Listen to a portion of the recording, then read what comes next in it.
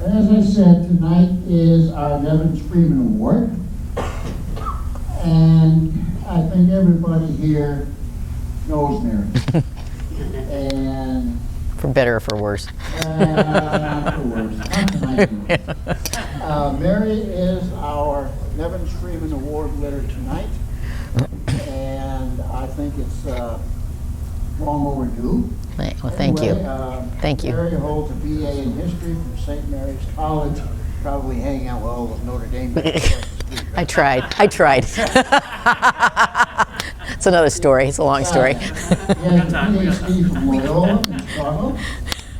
She was teaching at the College of Lake County, and I think she said that instead of using the microphone, because she's going to be using her hands and everything, she's going to use her teacher's voice. Yeah, I can do that.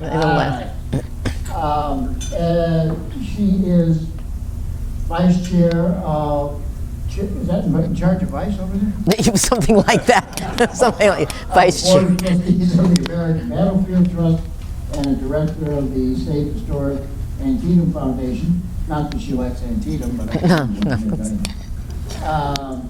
And of course, as you know, she is a past president of our roundtable.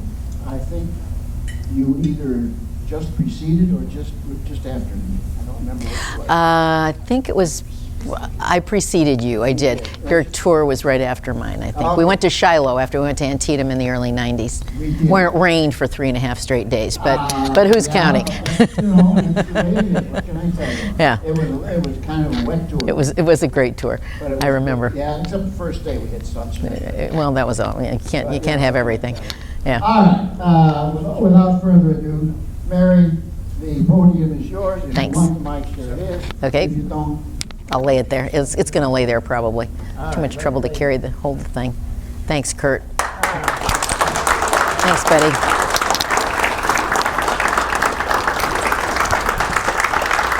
Thanks. Let's make sure this thing is working. Yes, it is. There we go. This is an unexpected honor. It's a really special honor to come from my dear longtime friends in the Civil War Roundtable of Chicago. When I first went on my first battlefield tour to Chickamauga in 1983 and saw a water moccasin slithering around Crawfish Springs, I never thought I would be standing here today. But Ed Bars told me to suck it up, so I did, and here I am. So there is that. But all kidding aside, I'm very grateful to look around this room and see the smiling faces of people whom I care deeply about, dear friends who've been so good to me and so special to me. I never expected it, and I'm very happy to be here. Now, without further ado, let's talk about my favorite subject and hopefully yours, battlefield preservation. We're going to talk about Wisconsin and Illinois to start out. I thought that would be good. It's not the Packers and the Bears, but there is that innate competition, so that's how we'll start. And we'll start about interstate rivalries. And those interstate rivalries between Wisconsinites and their Midwestern neighbors have been alive and well, we know, for a long time. And the great age of battlefield preservation at the turn of the 20th century was no exception. You take, for example, the words of one Wisconsin veteran who praised the state monument at Vicksburg, one of my personal favorites there, as you can see, with old Abe on the top of the monument. And this same veteran used the same occasion where he was talking about the monument to get in a not so subtle dig at Badger lawmakers whom he deemed to be a bit too fiscally conservative, and you can read that cheap. His name was Private Hosea Rude. He was from the 12th Wisconsin, and he was the guy who compiled the report of the State Monument Commission about their work at Vicksburg, about their work commemorating and preserving Vicksburg. In his remarks on a talk that he gave that is in the State Monument Commission proceedings, it's published in 1914, so this is right around the turn of the 20th century, he talked about funding the monument in order to level his criticism at what he called frugal legislators. But at the same time, he also appealed to his audience's civic pride. And this is the only relatively long quote I've got. But it's interesting and critical, and it brings Illinoisans in as well. Here's what he said. He said, while the bill for providing for this memorial was pending in the legislature, some people said plainly they weren't in favor of it. They didn't believe in spending so much money to put up a monument away down there where very few Wisconsin people ever would see it.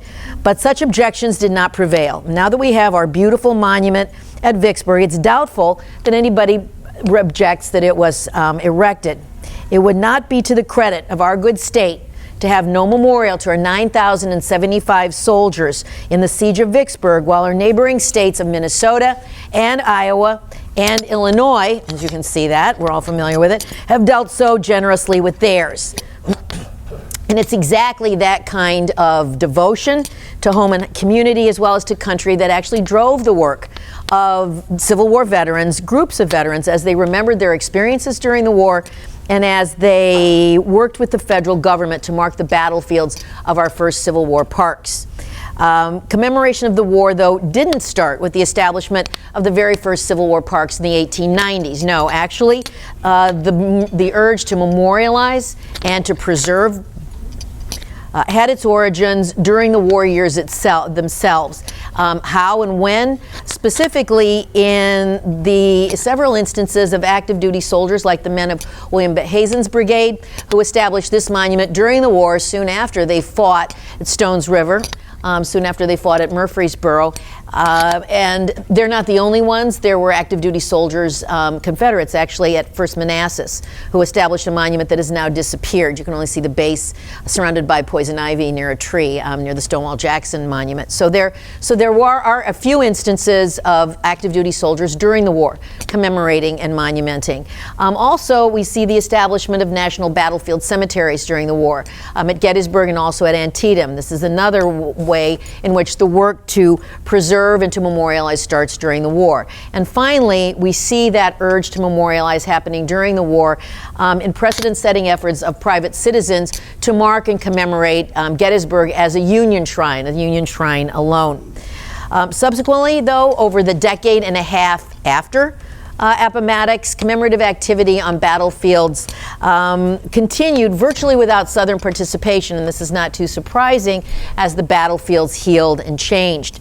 On the other hand, though, by 1880, Americans also had celebrated their shared revolutionary heritage during the centennial, at the time of the centennial. Maybe more importantly, by 1880, Reconstruction, with its military occupation of the South and federal enforcement of freedmen's rights, by 1880, Reconstruction had come to a close. So these were areas of national history and also racial politics, where Northerners and Southerners could arguably find common ground. And especially after Reconstruction, as veterans of both sides realized that they shared the experience of combat, that they were all members of this kind of an exclusive veterans fraternity. And as they worked together in business and in industry and in politics, it became possible for battlefields to remind Americans, or remind these guys of things other than grief and hatred. It also became possible for battlefields to serve other needs than simply remembering the Union battle effort, the Union war effort alone. The 1880s also saw this growing phenomenon of so-called blue-gray reunions, which were these celebrations of national unity in which veterans of each side publicly acknowledged the courage and the devotion to duty of their opposite numbers without necessarily conceding away the cause for which each side or their own side had fought. This is one of my personal favorites right here. You've got, unfortunately, it's not real. Here's Dan Sickles. Here's Longstreet. Joshua Lawrence Chamberlain is over here, and I believe that's Dan Butterfield. I'm sorry that it's a little grainy, but it's a terrific image of all four of those guys. This is an especially memorable one at Gettysburg in 1888. These meetings began, though, on battlefields as early as the 1870s. They really picked up momentum both off and especially on battlefields during the 80s. With the coming of the war's 25th anniversary then, during the 1880s, battlefields gripped the attention of many aging and politically active veterans, some of whom significantly, and this is important, were members of Congress. So they were active and they were aging, but they were also active politically, and they had money. So they had money and they had political clout and political capital. And as these individuals came together in the 1890s, this then became the time when these veterans became the key players in the drive to set aside, to memorialize and preserve our first federal battlefield parks. And established by Congress in August 1890, Chickamauga and Chattanooga National Military Park is our first federal battlefield park. Later that month, in August 1890, legislation that set aside funding for preserving battle lines and for buying land to mark troop positions at Antietam provided the legal basis for what would become known as Antietam National Battlefield Site. Clearly, yeah, well, it speaks for itself, obviously. Then, rounding out the 5 granddaddies, if you will, that make up the nucleus of our National Battlefield Park network are Shiloh in 1894, Gettysburg in 1895, and Vicksburg in 1899. Interestingly, at a time when there was no National Park Service as we know it today, it didn't exist in the 1890s, and only a few other so-called national parks, like Yellowstone and Yosemite, both of which were, as we know, Western wilderness parks. At that time, the Civil War battlefield preserves that were established during the 1890s, they set the precedent. They were the prototypes for all national historical parks of whatever name or whatever designation you were going to give them, of whatever description, going forward, period. So these turn-of-the-century military parks really are among the premier historic sites in the entire national park system, and they deserve that recognition.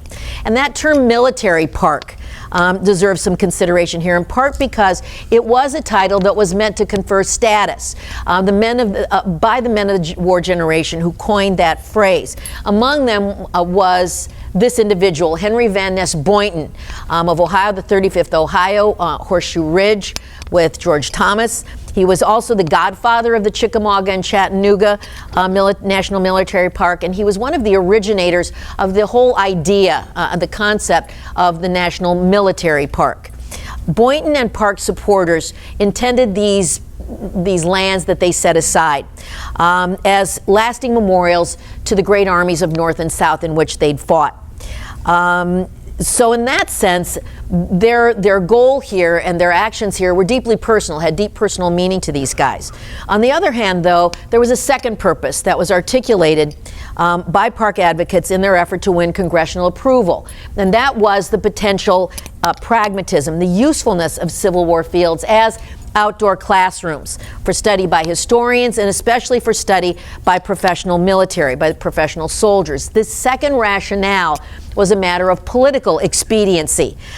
It was a justification that was used by backers as they sought unprecedented federal funding, not fencing or fending, funding for battlefield preservation. So an emphasis on the basic pragmatism of the military park idea became a key weapon for those who pioneered battlefield preservation nationally. And from that time to the present, the government's historic battlefields have functioned as places for instructing all kinds of soldiers, both civilian and military alike. Additionally, besides the park's usefulness for teaching Americans about history and about waging war, among other things, there was still another side to the practicality of calling these first Civil War parks military parks. And this is precisely, preservation advocates needed political support in Congress in the 1890s. They needed political support from both Northerners and Southerners, in order to pass establishing legislation for battlefield parks. However, open talk of things like slavery and secession and race and disloyalty and other such matters was capable of upsetting emotions that were still close to the surface in the 1890s. And if those topics had entered the debate about setting aside these battlefields, needed consensus could have been damaged significantly, or it could have been lost altogether.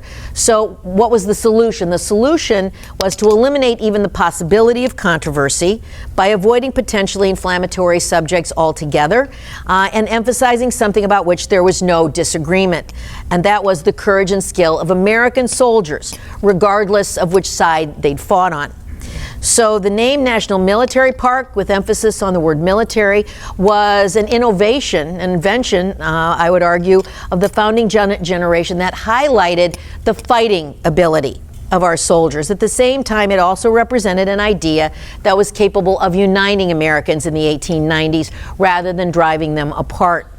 Finally, as sites where the future warriors of the United States would learn lessons from the past, the new parks were placed, not surprisingly, under the purview of the Department of War. This emphasis then on all matters military influenced how the founders shaped this core collection of Civil War sites. And as they focused on soldiers' experience in combat and on maintaining a field's wartime experience, the men who worked on those sites reconstructed the stories of great battles. And so, under the supervision of the War Department, commissions of veterans from states whose troops had fought in specific contests, and this was initially Union states, a few Confederates during the early 1900s, but mainly Union. Those state commissions determined battle lines of their units, and then they marked those lines and they marked those locations. This is probably my favorite monument on any Civil War battlefield. It's this great iconography of the Wounded Lion, and we all know that it's in the Westwoods, the Westwoods interrupted by a bypass, unfortunately, but it's in the Westwoods at Antietam. I think the Wisconsin monument at Vicksburg comes in a close second. So state commissions determined battle lines of their units and marked them with monuments.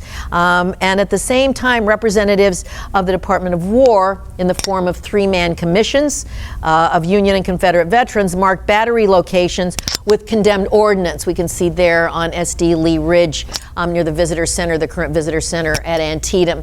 They marked battery positions with condemned ordnance and troop positions with cast iron historical tablets that told you the story of the battle action. Guided by the desire to tell their story on the land, then, the veterans created spaces for remembrance and for military education that also reflects still today the heroic memory of the Civil War that prevailed turn-of-the-century mainstream America. The war generation faded away, though, and started to die out, as all of us, as we humans do. And as that happened, their movement lost some of its focus, some of its vigor, and especially a lot of its political clout. And during the first quarter of the 20th century, from 1900 to 1925, administrative problems within the War Department, ever-present fiscal concerns and money concerns, and American involvement in World War I slowed the creation of new battlefield parks. With fairly small ones established at only two places from 1900 to 1925. And interestingly and notably, and not surprisingly in both of those cases, the acreage involved was donated free of charge to the federal government by a private sector group. This is a theme that we're going to see repeated because preservation has to be economical. Those two new parks from 1900 to 1925 were Kennesaw Mountain National Battlefield Site near Atlanta and Guilford Courthouse National Military Park in North Carolina, which was the first so-called national military park on a battlefield of the American Revolution.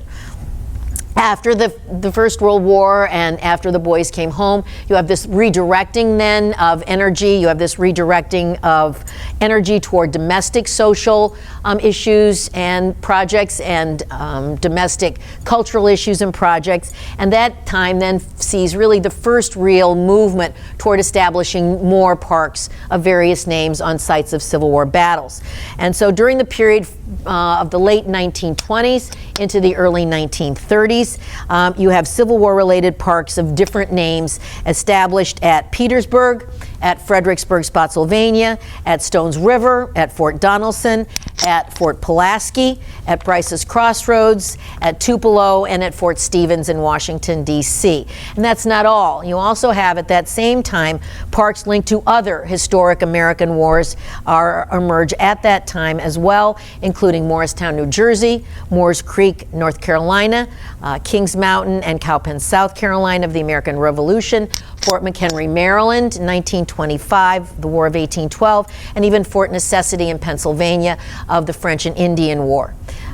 It's worthy of note, too, here that as Civil War veterans passed from the scene, You have groups of grassroots groups. You have groups of of local boosters and local backers who play a more direct role in the establishment of battlefield parks during the 20s and the early 30s. So while the preservation crusade of the 1890s was driven by a very powerful veterans lobby, these guys are dying off. And the next big surge of preservation activity actually came in many cases at the hands of battlefield neighbors and battlefield boosters who promoted local interests, things like heritage tourism and economic growth, as well as promoting patriotic values, which was what Civil War veterans had on their minds.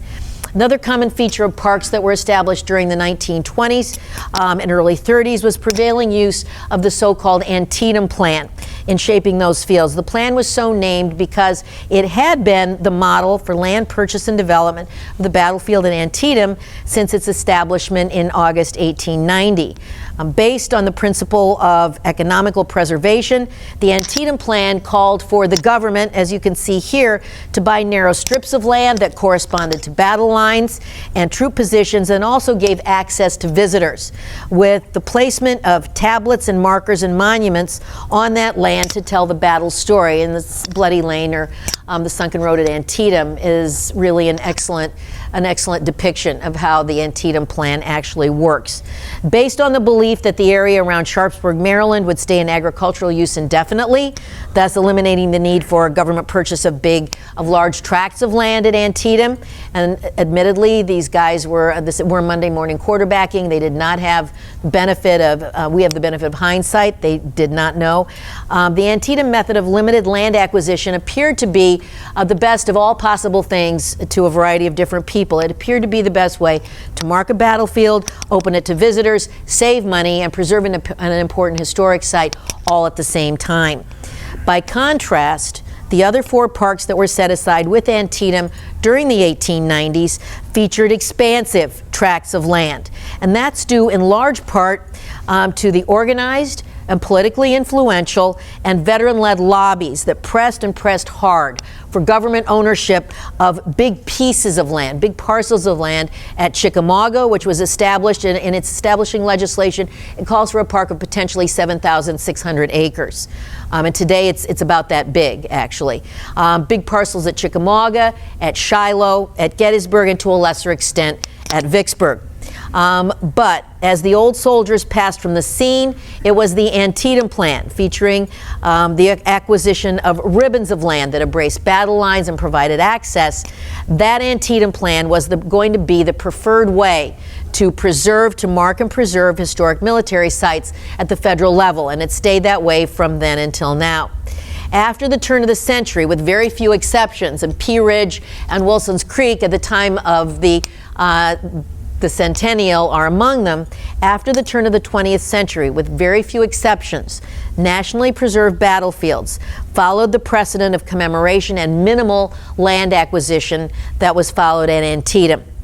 Then with the 1930s, you have this watershed for battlefield preservation as executive orders issued in 1933 by President Roosevelt transferred those properties of the War Department, all of the historic battlefields, historic cemeteries, transferred from the War Department to the National Park Service. And the National Park Service, by the time that you get to the 1930s, was a fairly young agency of the Interior Department. It had been established in 1916 as the arm of Interior that was going to take charge of and take care of the department's western wilderness parks and its few cultural areas. It had a few historical areas in the east and a few in the west as well.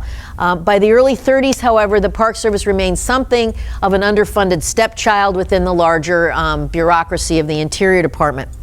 On the other hand, though, two of the Park Service's early directors, two of my favorite guys here, although nobody's ever heard of them, I don't think, except Ed Barson and a few people in the Park Service. And these are visionaries. They're the first two directors of the National Park Service. The one on the left is Horace Albright. The one on the right is his friend and mentor, Stephen Mather.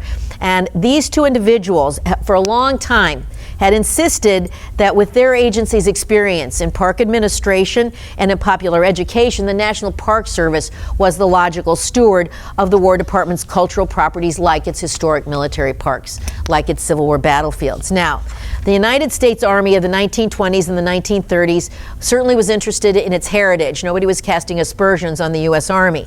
But the modern War Department of the 1930s had a lot of other things on its plate besides historic preservation. And the War Department at that time did not have the resources that were needed, think about it, to man battlefield parks in order to educate visitors who were neither veterans nor professional soldiers. But as attrition claimed the war generation, as the war generation died off, and as relatively affordable autos revolutionized travel during the 1920s, Americans who had little or no personal attachment to the battlefields nor firsthand knowledge of them increasingly were starting to see them as tourist destinations. So there's a real need here for some educational programming that the War Department wasn't necessarily equipped to provide.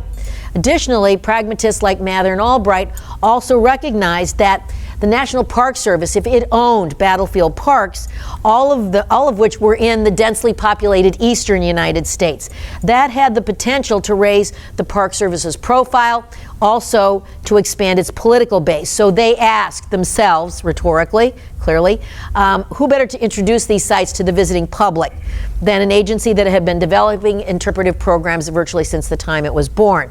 And that question, interestingly, found a willing listener in the newly inaugurated FDR in 1933. Horace Albright, who was then director of the National Park Service, had a chance to chat with FDR during a Sunday drive through Northern Virginia, through the battlefields of Northern Virginia.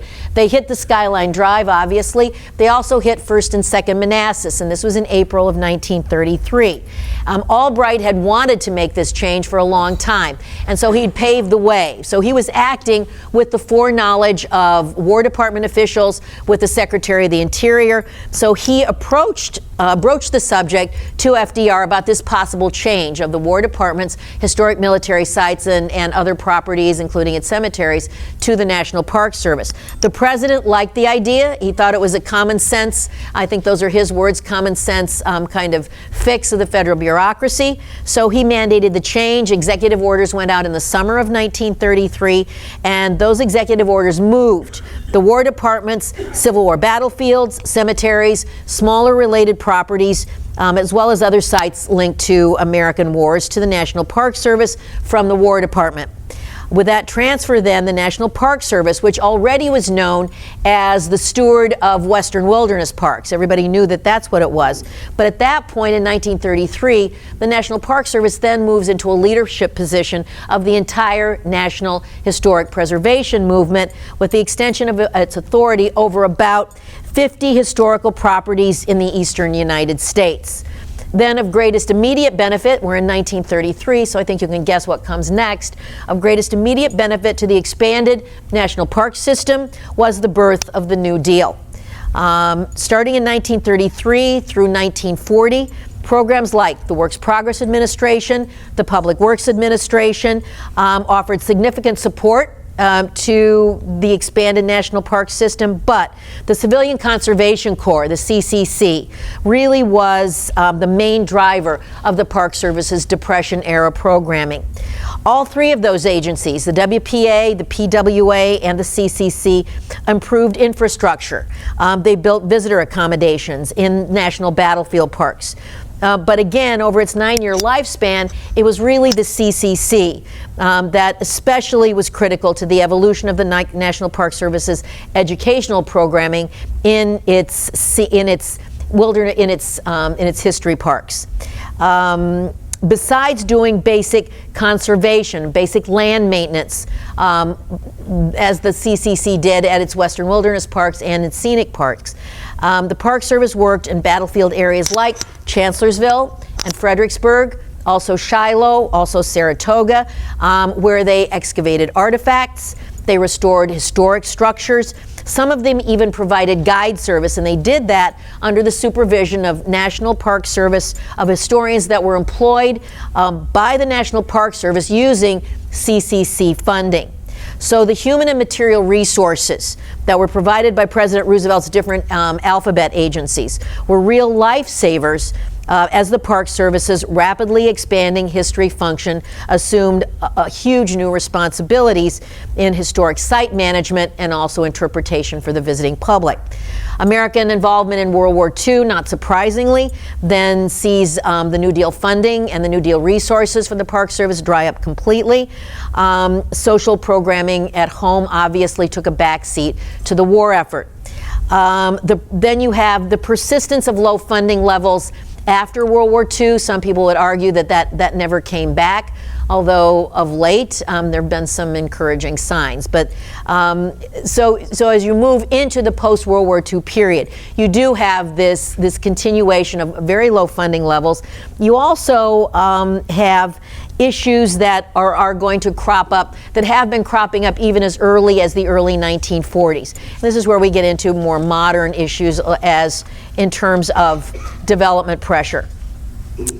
Increasing pressure is felt by national parks during the 1950s and the early 60s because Americans have rising disposable incomes after the war years. They have greater mobility and they have more leisure time. And they also have the interstate highway network, which went up in the 50s and early 60s, as we know.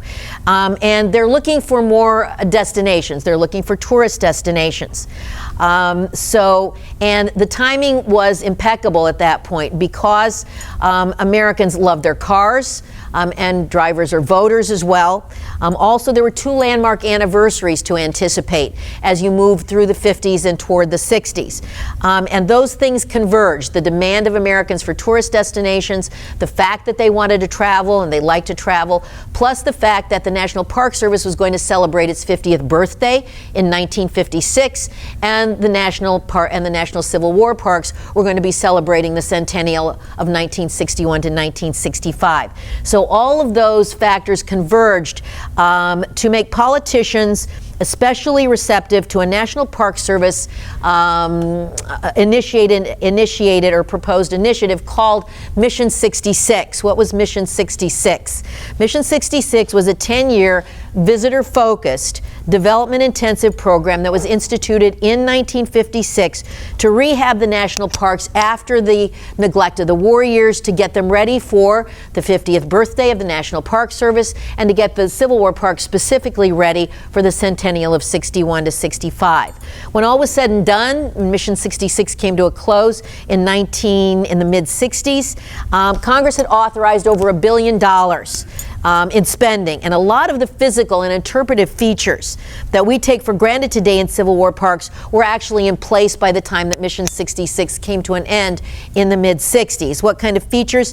Features like these, like strategically located visitor centers with their orientation films and their bookstores and their museum exhibits with which we're all familiar.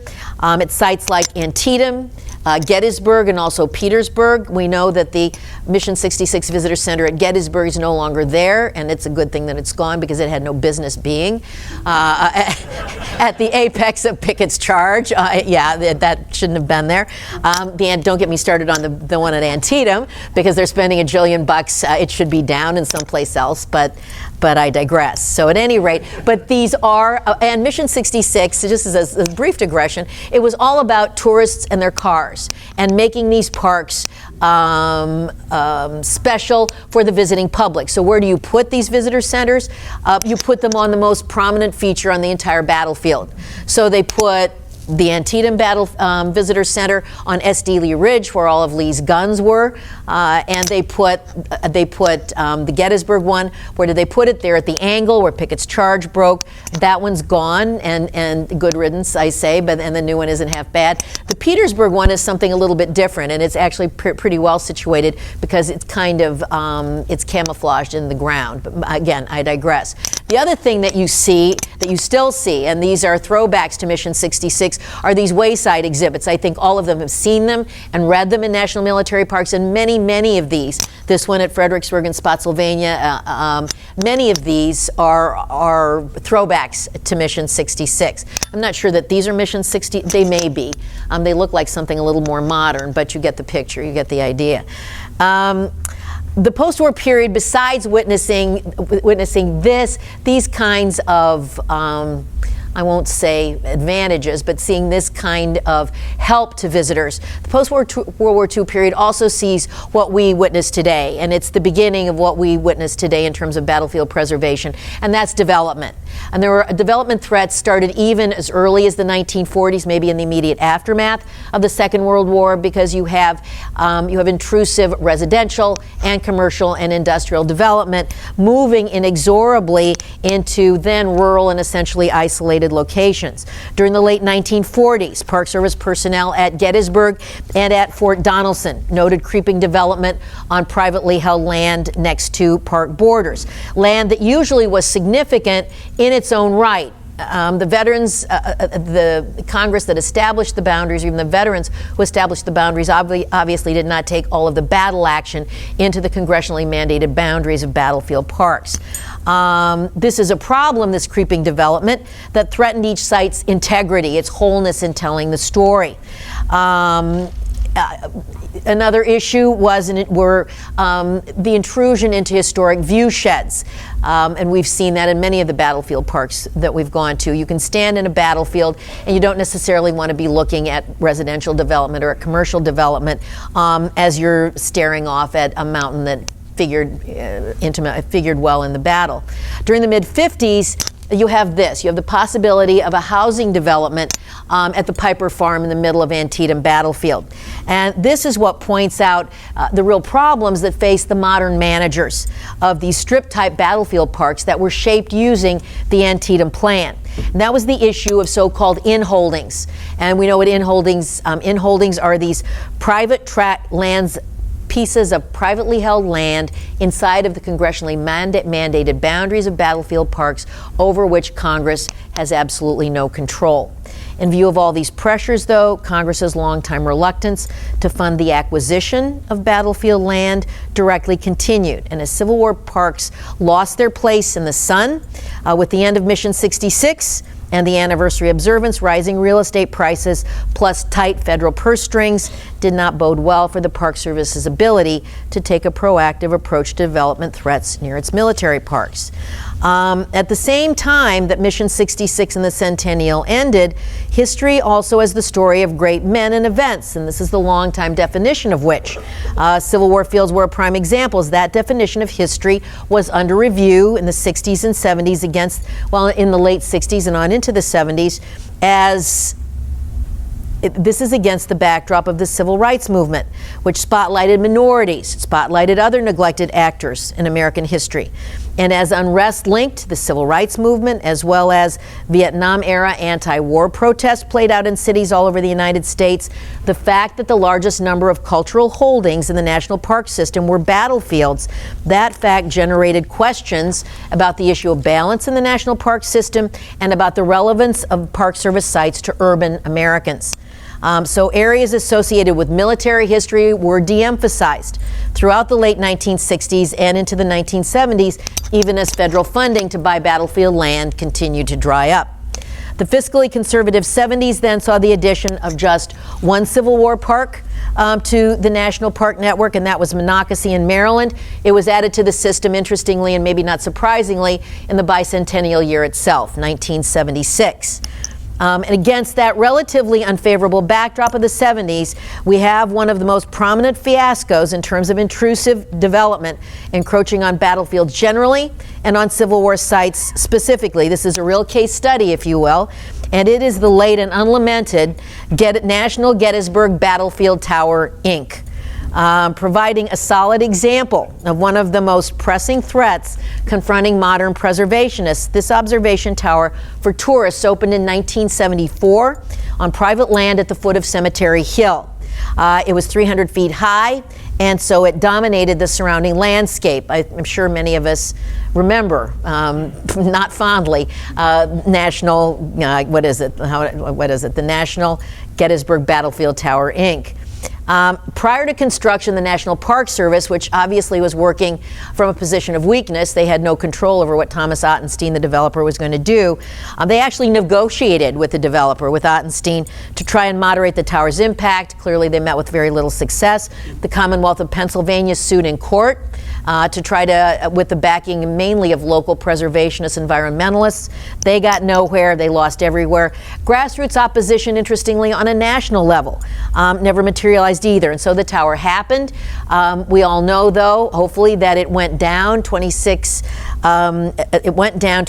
years later in the year 2000. In the waning days of the Clinton administration, apparently, the Secretary of the Interior, Bruce Babbitt, he wanted it to go down on his watch. There was a boundary expansion of Gettysburg National Military Park in 1990 that took in the land. 10 years later, they actually got the money and authorized the acquisition of the tower. 10 years later, they got the money. And there was, Ottenstein didn't let go easily, but eventually he did let go, apparently because he was ill. Also, the tower had been steadily losing money, which was probably more to the point. And so the tower was demolished on July 3rd, 2000, which was the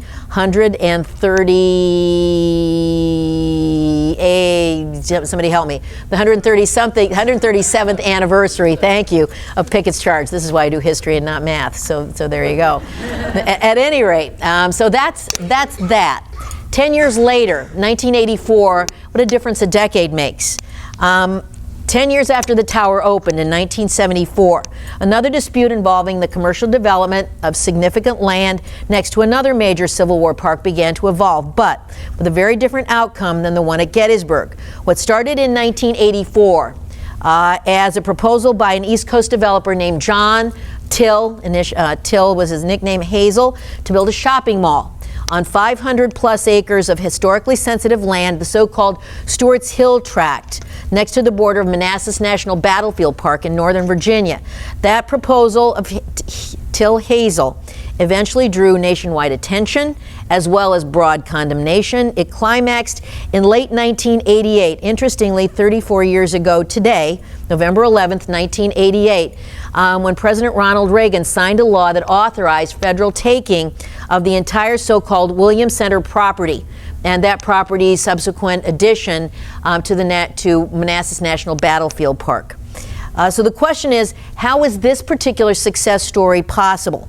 In the mid to late 80s, when only a decade before, opponents were unable to stop an equally horrific development at arguably the single most famous park, Civil War park, in the entire country. In part, it was a simple matter of timing, I think. The Gettysburg episode happened during the early 1970s, when broadly based, centennial-generated enthusiasm for Civil War history had dissipated. Also, when you have very vocal anti-Vietnam War protests gripping public attention, and when the National Park Service, which was subject to very real budget constraints, also was focusing on developing types of parks other than those related to military history, especially urban parks in the 70s. But the story of battlefield preservation is one in which substantial popular sympathy, if not vigorous outright support, has upheld effective efforts at the federal level. And even though government's fiscal conservatism continued throughout the 80s and into the 80s, by the time that the Manassas affair began to gain traction and attract popular notice, you also have a renewal of interest in the Civil War and in Civil War history that started emerging with the bicentennial of the mid-1970s, a renewal of interest in American history generally. And that renewal of interest in American history that emerges at the time of the centennial was drawing strength from the approaching 125th anniversary of the Civil War. Besides timing, and that's the Stewart's Hill Tract. Sorry, I should have gone to that. View from Stewart's Hill north to Bronner Farm. The property is the property from which James Longstreet launched his counterattack and in effect won the battle on August 30th, 1862. Besides timing, another essential ingredient here is this lady, the emergence of a group of dynamic local activists that was able to mine the vein of rising grassroots interest in the Civil War. This is Annie Snyder, who was a Marine and who knew how to cry very well on camera when she was being questioned in Congress, and she did an excellent job at that. And she was a real hellraiser, and she and her Save the Battlefield Coalition got the job done. They were able to draw the support of a variety of very important interest groups, among whom were national preservation groups like the National Trust, the National Parks Conservation Association. Also drew the support of influential journalists and other influencers, if you will, other shapers of public opinion. Also, significantly, they drew the support of key politicians, especially members of Congress, Senator Dale Bumpers there and Congressman Bob Mrazek on the right. Additionally, as they orchestrated a masterful publicity campaign, the Manassas Crusaders also took advantage of the very vocal American environmental movement, which was dedicated to conserving green space and our rural heritage, and so provided a natural constituency for advocates of battlefield preservation. And that constituency still exists today and can be very helpful to the battlefield preservation lobby. So against the backdrop of the war's 125th anniversary, you have the convergence of all of these elements that creates a favorable environment for the pursuit of a preservation agenda in a northern Virginia battlefield. And ultimately, the public concern into which the Manassas movement tapped was enough to make a last-ditch federal preservation measure politically feasible. However, at an eventual cost to American taxpayers of $134 million for the 542-acre Williams Center tract, this kind of adversarial, crisis-driven, last-ditch effort at national expense wasn't going to happen again. That was one lesson of the so-called Third Battle of Manassas, although I think by now we've probably had about 9 or 10 or 11 or 12 battles of Manassas, but this one is very real. A related lesson of the controversy also is the importance between government on the one hand and the private sector on the other hand. It was also clear that effective preservation efforts had to be based on anticipating problems rather than reacting to them. Going forward, reliance on strategic planning was going to matter, not knee-jerk reactions to done deals. That was going to be crucial. And even in the midst of the Manassas crisis, as well as its immediate aftermath, promising developments along these lines in both public and private sector heralded, really foretold the emergence of the modern battlefield preservation movement where we are today. Two key events in that process were, first of all, I love this one, the 1987 birth of a national grassroots land trust devoted solely to Civil War battlefields, and that was the Association for the Preservation of Civil War Sites, or APCWS, in response to the desecration of yet another northern Virginia battlefield near Manassas, and that was Ox Hill or Chantilly in Fairfax County. But before I move on to that, you have to love Will Green from left to right, Bob Crick, Gary Gallagher, and Dennis Fry. All of them had hair. It was brown. None of them had gray hair.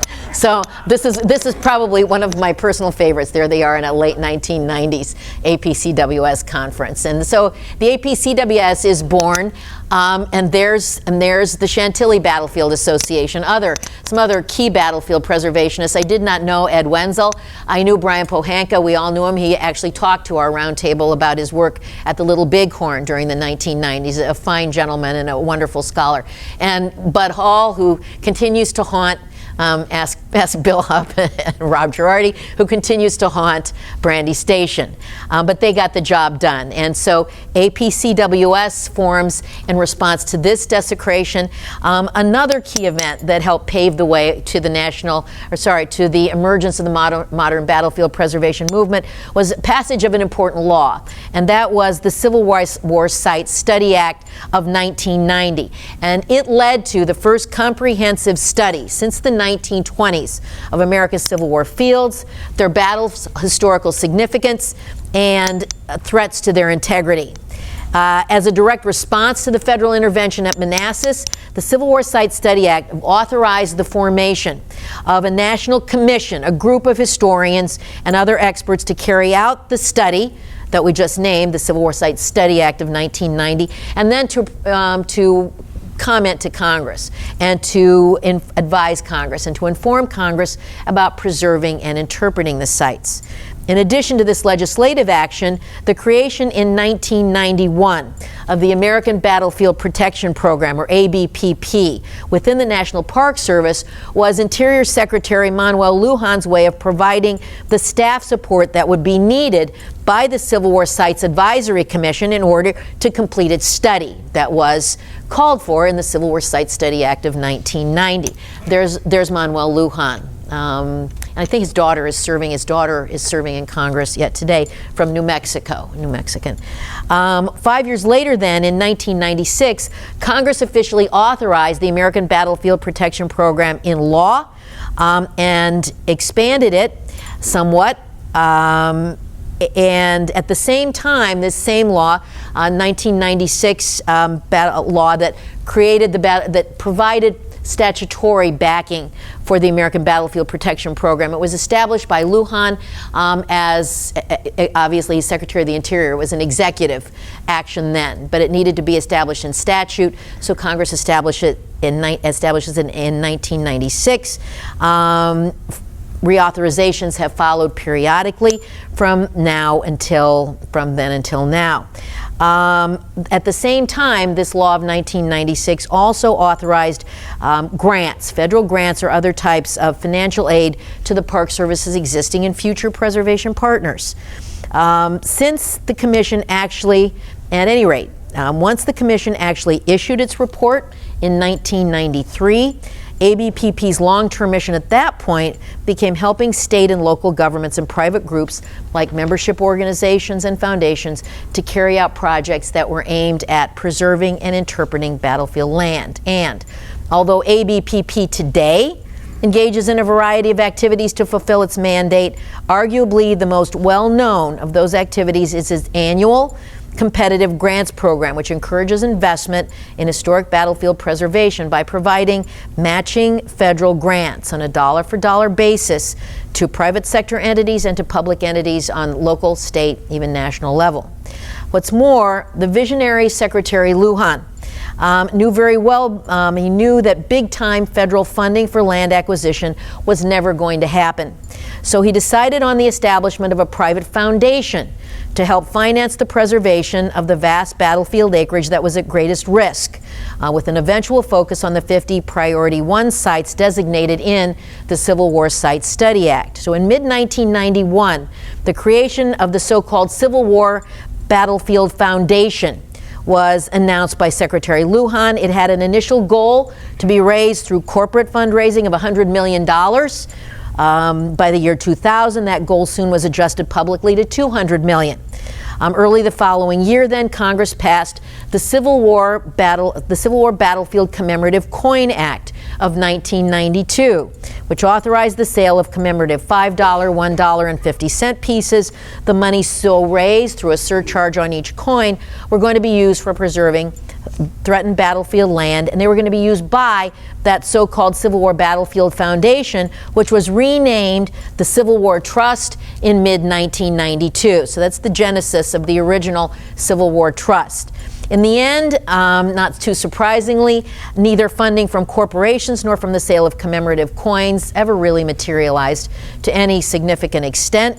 And over time, the ABPP Matching Grants Program has really become the mainstay of the current American Battlefield Trust efforts, as well as the efforts of other private sector groups and governmental bodies. Today's American Battlefield Trust is the offspring of the 1999 merger of the Association for the Preservation of Civil War Sites and the original Civil War Trust. The joining of these two organizations became at base a practical matter as both moved through the 1990s in order to deal with constantly emerging threats to battlefields virtually everywhere, and to do so in a timely and cost-effective and sophisticated manner. It was imperative for the preservation community, or at least I was told this, as represented by these two groups, to avoid duplication of efforts, to steer clear of appealing to the same donor base, and last but not least, to speak to Congress with one voice and one clear message. The merged organization was known at inception in 1999 as the Civil War Preservation Trust. It reverted back to Civil War Trust early in 2011. Again, this was mainly for pragmatic reasons, and that's mainly brevity and simplicity in establishing the identity. Additionally, and this is more recent, as an organization experienced in working with ABPP, and as an organization that was versed in pretty complicated and complex real estate transactions and land stewardship, the Trust launched an initiative called Campaign 1776 in 2014, 8 years ago. This was in correct anticipation of Congress's expansion of the ABPP program to provide grants for Rev War and War of 1812 battlefields whose historical significance and endangered status was determined by a more recent congressionally authorized study comparable to the original Civil War site study of 1990. This one happened, I believe, in 2007. The trust remained focused on Civil War battlefields at that time, but Campaign 76, that project allowed the application of established funding mechanisms and preservation procedures to benefit other important historic battlefields as well. Finally then, in May 2018, with Campaign 76 having preserved about 670 acres at that time of Rev War and War of 1812 battlefields at places like Brandywine and the Siege of Charleston and Princeton, Maxwell's Field at Princeton, and with key stakeholders, trust members chief among them, voicing support for the idea. In May 2018, the trust board made expansion of its mission official by rebranding the then Civil War Trust as the American Battlefield Trust. And again, this is in May 2018. As it emerged from the Manassas crisis of the late 1980s, the contemporary preservation movement has relied on the cooperative model. None of us can get this done alone. So with that as the mantra, national and regional and state and local membership groups work in partnership with each other, and they also collaborate with government bodies at various levels. This public-private partnership really is the core of the American Battlefield Protection Program, and especially the public-private partnership really matters locally, because it's at the local level where zoning decisions and other determinations that are made by local authorities have affect significantly historic battlefield land. Another factor here, and I think it's interesting, even though developers have been a thorn in the side of preservationists for a long time, or in the past, an invaluable asset to the current preservation movement can be a developer with will and with imagination. And one case in point, just one, I promise, and that is the Trust's first day at Chancellorsville. This is a project of 2002 to 2005 in which the Trust's invaluable eventual partners were two developers. Who were they? A sympathetic local company, which is called Tricord Development, and the Toll Brothers, which is apparently a national builder of luxury homes. And Toll Brothers was willing to compromise with preservationists. Another key ingredient here, and you see this here with our friend John Hennessy, who's leading a tour of the threatened property in 2002. Another key, in addition to cooperative developers, was a strategically sound and masterful public relations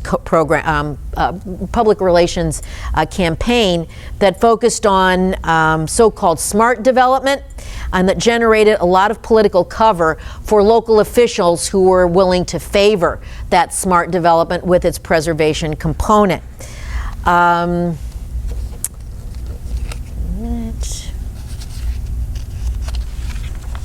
In the end, what was the result? In the end, 140 acres that were critical to telling the story of Chancellorsville's first day. And these were acres along today's Route 3, busy Route 3, also known as the Orange Plank Road or the historic Orange Turnpike in Spotsylvania County. That once threatened 140 acres was saved by 2005, with another 74 acres preserved in 2006. Finally then, in addition to the collaborative model that I've just briefly touched on, another basic tool for the modern preservationist arsenal, one that's definitely not new, but one that gets increasing attention these days, has been the fiscal argument. Protected battlefields are economic engines that benefit local communities through heritage tourism. And the best part about this one is that it's clearly quantifiable for politicians and voters and taxpayers. In the end, to tell the story of Civil War battlefield preservation is to trace the ways in which we've commemorated the war, responded to its tough issues, as we're still doing today, and use that past to deal with the present. Over the years, battlefields have been many things to many different people. They've been places for grieving, for remembering, for contemplating, for learning, for arguing, for driving a local economy, and places for recreating and more. And one of the things, though, that, as I see it, never seems to change is their ability to grab our attention and our concern. For did they not bring us all here together tonight? Thank you for your kind attention. I really appreciate it.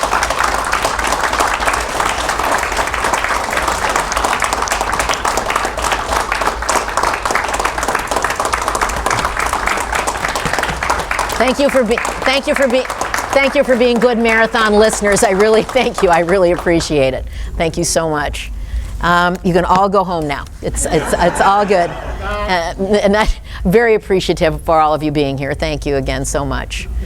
Your homework? There's no pub quiz, I promise, and there's no homework, no essays, no nothing. Yeah. Anybody have any questions for Mary? There you go. Yeah. Yeah. Go ahead, Jen. Are you the first woman to receive this award? No. Jean Baker, who was Mary Lincoln's biographer, won this award. If somebody, a historian of the Round Table, can help me. Pardon me? Been a while. It's been quite a while. So I'm not, and I don't know if there's anyone else who's any other woman, but Jean Baker was, and I was lucky enough to hear her speak, and she wrote a masterful biography of Mary Todd Lincoln. I don't know if there have been any others that have replaced it or have taken its place, but she did. But yeah, so I would be the second. But that's good. We try harder. Thanks. Yes, sir.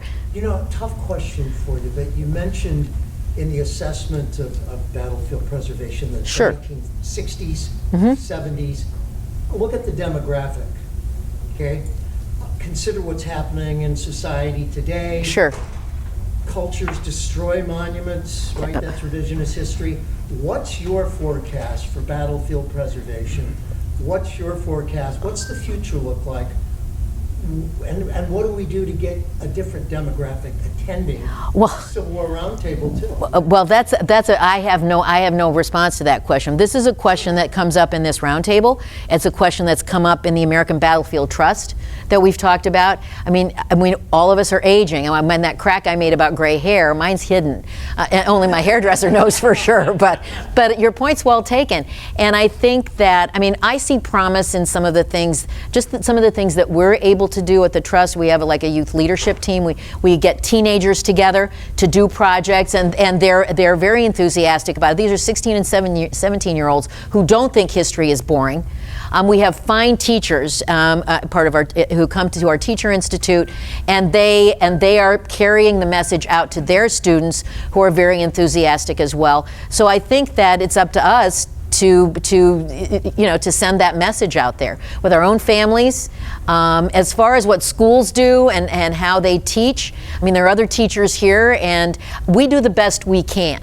And I think battlefields are the best teachers, and there's plenty of good local organizations like the Save Historic Antietam Foundation or other groups that are escaping my, I'm sorry, I can only think of SHAF, and I do apologize for that, but we have the Shenandoah Valley Battlefields Foundation, we have the Gettysburg Foundation, we have these great local organizations that do all kinds of outreach. And outreach is really critical, and it's contingent on each one of us to do that, I think. Anybody else want to speak to that? Bill or Rob? Bill is an old friend and also a colleague on the board of the American Battlefield Trust with me, so he can go ahead. Yeah, and I got my start with it's recognized by the trust, and I'm a trustee now in large part because of all of your efforts, the Salt Creek Roundtables efforts. Yeah. Treasurer of that organization for a number of years, and raising money for battlefield preservation became a core part of our activities. And so I think those who care about the battlefields have been going there, have been working at it for a while. I do want to, I'm standing up mostly because I think Mary deserves some recognition here. Thanks. As being one of the people who helped the trust get into the education business. And that's actually formally now part of our mission, where we preserve, educate, and inspire. And of course, the battlefields and the history inspires us. And so I think part of the answer is trying to get to a point where we can inspire people. So we've done a number of things, and I've been a strong supporter of the educational aspects of the trust since I got on the board, and helping Mary and plenty on your. And I think Gary Edelman, who many of you have I've heard speak. He'll be here next month, too. Yeah. He is a great person to outreach to the young people, and I think we're making progress, but it is, there are some bad, culturally there's some headwinds, but I think part of the benefit of Mary's talk today is that you see that there's been headwinds all along, different types of things. There have. That have had to be overcome. I mean, Gettysburg was run by the military. Gettysburg National Park was run by the military, and they ran tanks all over that place. Yep. During World War I, it was a tank training camp. Yeah, it was. Had no time for that. So these battlefields all have a preservation history to them, which I think most of us would find interesting. It is. I do think that we tried a lot of things in the education world. We operate on a small budget. We try to be as efficient as we can. I know you guys all wait to see what the match is going to be.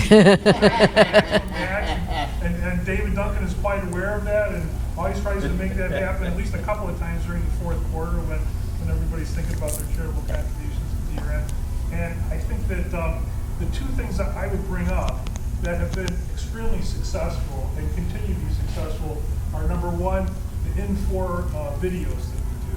In 4 minutes, we take a little chunk of the Civil War history and we get it out there. Those have been used in classrooms to do the flipped classroom since we first brought them out, and the teachers are all over that. So we are, to the extent that there's time in the school function, in the school day to cover the Civil War, they're able to use those tools. The other thing that you may want to take a look at the website for is something called the Generations Program, and I find this really inspiring.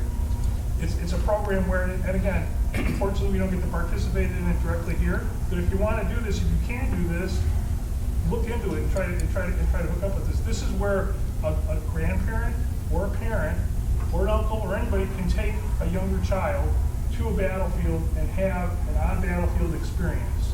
Gary does a great job with them. They get to reenact a little bit. They get to experience the battlefield, and so there's an opportunity there for those of us to bring along those after. Yeah. So that's what I. Thank you, Bill. I appreciate that. Thank you. Thank you. Yeah. Yes, sir. I hope that was something of a satisfactory response. Thank you. I've known Mary for about 40 years. Yeah, well. She doesn't just talk the talk, she walks the walk. Oh, Mary thanks. was the original chairman of this organization's Battlefield Preservation Committee. Right. Every dollar that you spend on a book for our raffle, she didn't start that program, but under her leadership, the thank you. Battlefield Preservation Committee and this roundtable became a formal part of the roundtable. It did. And under her leadership for many years, thank you. we raised tens of thousands of dollars. We did. For this group. Mary. For this group. Thank you. No, thank you. Sure. Go. The lawyer wants to say something. The lawyer wants to say something here. With respect to younger kids and how we get them interested. Dave Keller, who we lost, was working in the inner city at Camp Douglas. He was. And was doing excavations there. And he had kids from the grammar school. This in is the great inner stuff. city. Yeah. Helping with the excavations. At Fort Douglas. At Camp And Douglas. he reported and showed us photos and whatever, that they were actually very interested in it. This is not something that is only for us people who have reached a certain age. No, it isn't.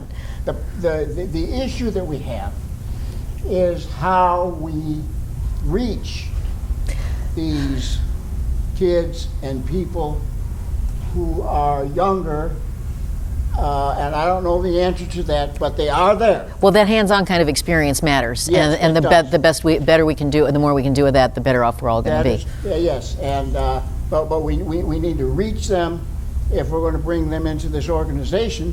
But I keep seeing more people coming into the organization, and I hope that continues. And I hope you bring your kids along and your grandchildren along, and Indeed.